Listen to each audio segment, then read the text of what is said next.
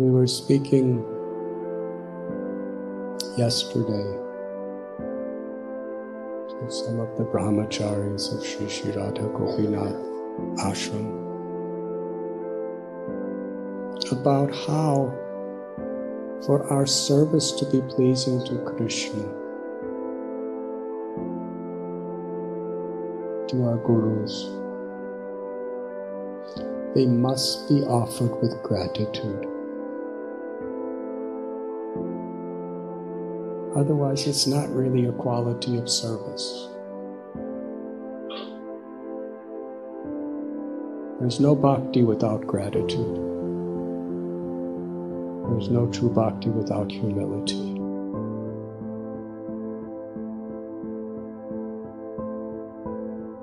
That's not a detail. That's at the heart of Srimad Bhagavatam, Chaitanya Charitamrita.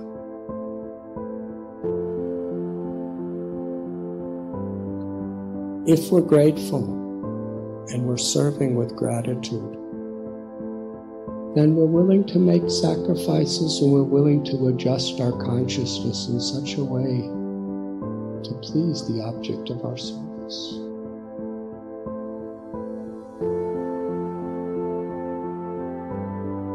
What I saw in Srila Prabhupada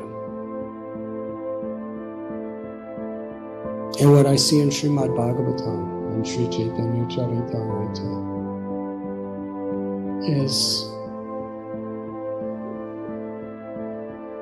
immoral activities are great stumbling blocks to the awakening of bhakti. But even more than that is being ungrateful. That is such a stumbling block. And yet we think we're making advancement.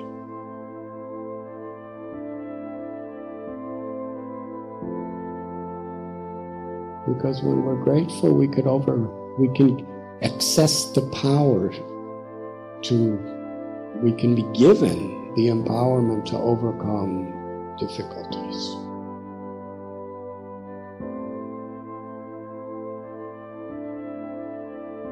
Durvasa Muni was a very strict person, but he was a very ungrateful person. Ambarish Maharaj really wanted to serve him. Instead of being grateful for Ambarish Maharaj, even if he made some mistakes, instead of appreciating, he became angry. He became critical. And there are story after story like that.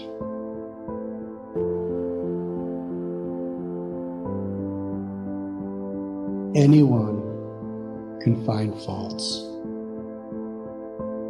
But the way Maya works is if you find fault in another devotee, your ego feels, just see how I am superior. I have such power, I have such greatness, I have such scholarship that I have the right to find fault with others. And in Vaishnava society, even if a devotee has faults, it's the degradation of our own soul to be focusing on them, unless we truly are their well-wishers who are trying to uplift them. Otherwise, we're just making aparadhs.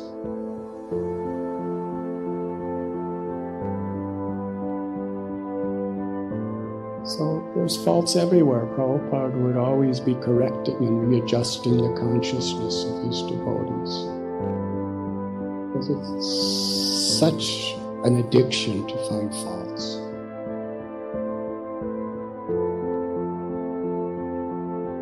Srila Prabhupada explained this movement can only actually serve its purpose when we learn to appreciate each other, even despite our faults.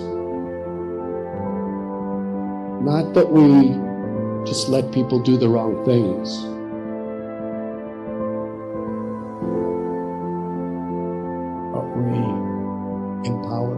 We empower each other to do better.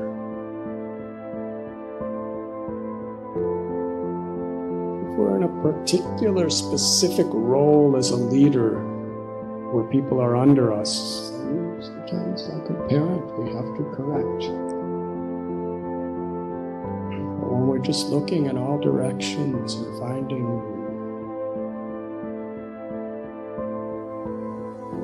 you're going to find if you look for them.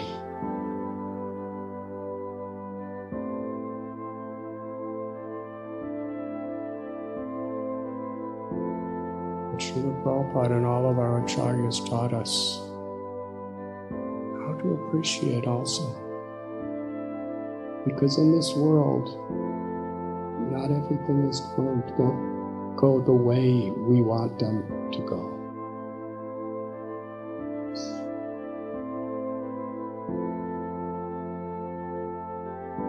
And that's Krishna's grace, because if it did, we would make no progress. We are meant to relate with other Vaishnavas on a higher level.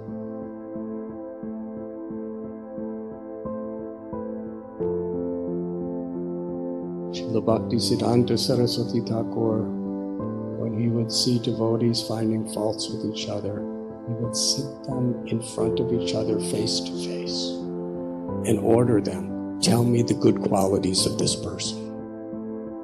Very difficult. When you're having this kind of conflict and you're a leader and you have other people following you, you have a big ego, it's very bad.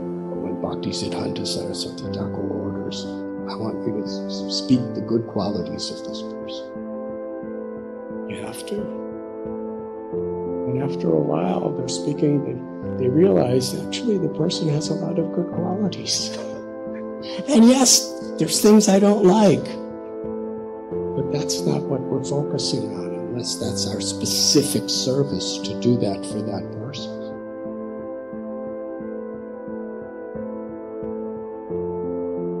So for our community to really grow, we must be very, very strong in empowering each other to perform our sadhana properly, to perform our service with enthusiasm. But that's not really going to happen unless we empower each other to give up our fault-finding tendencies. In other words, to be grateful.